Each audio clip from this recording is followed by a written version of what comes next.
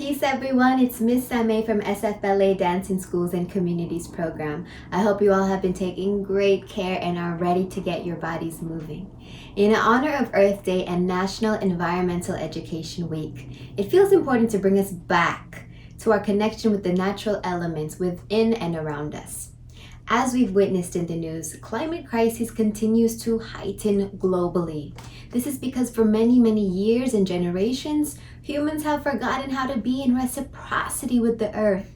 Reciprocity is mutual dependence. For us, it means that we depend on the earth to thrive, and simultaneously the earth depends on us to thrive. So we need to tend to that relationship in a good way. One way to do this is to recognize and seek knowledge from the original caretakers of the land. For us in San Francisco, this means finding your local Ramaytush Ohlone community members and other First Nations peoples to learn about the true history of the lands we dwell in.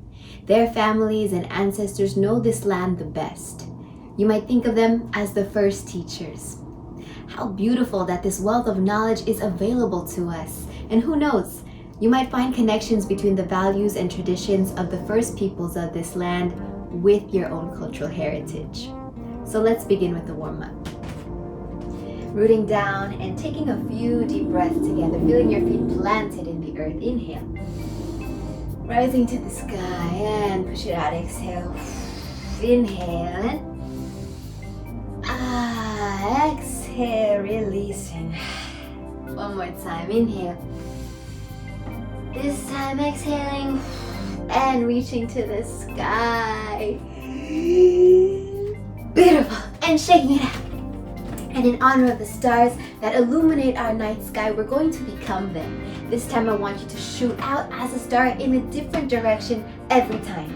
Get really small. Ready? 1, 2, 3. I'm a star. New direction. 1, 2, 3. I'm a star. Last time. 1, 2, 3. I'm a star.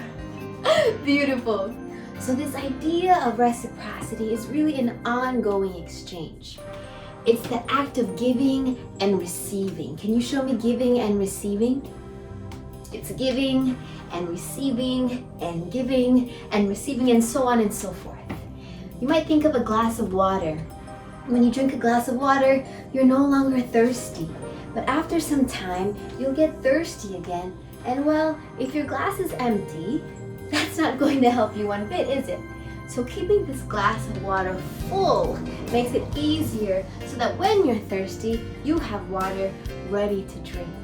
And because we're humans, this is ongoing, right? We're going to need to drink water every day and throughout our lives to survive and thrive. If we only had a little water or not enough, we would get sick and become dehydrated, right?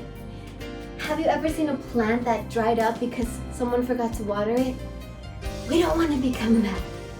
So just like watering a plant, reciprocity is an ongoing practice. It's continuous.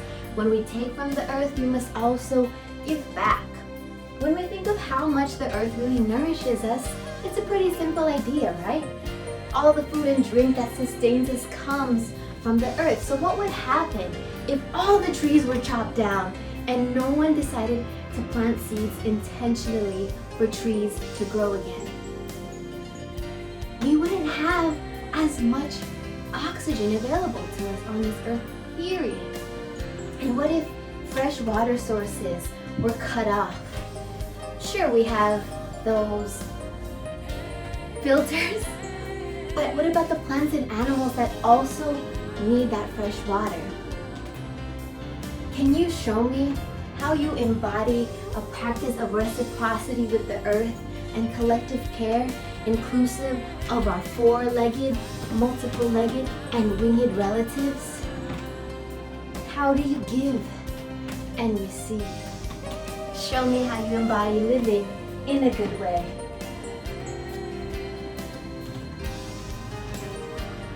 Beautiful. Thank you all so much. We just explored how you can use cultural competence and have a growth mindset.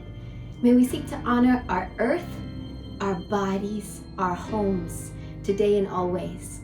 I hope you have an incredible weekend ahead. Take care. Till next time.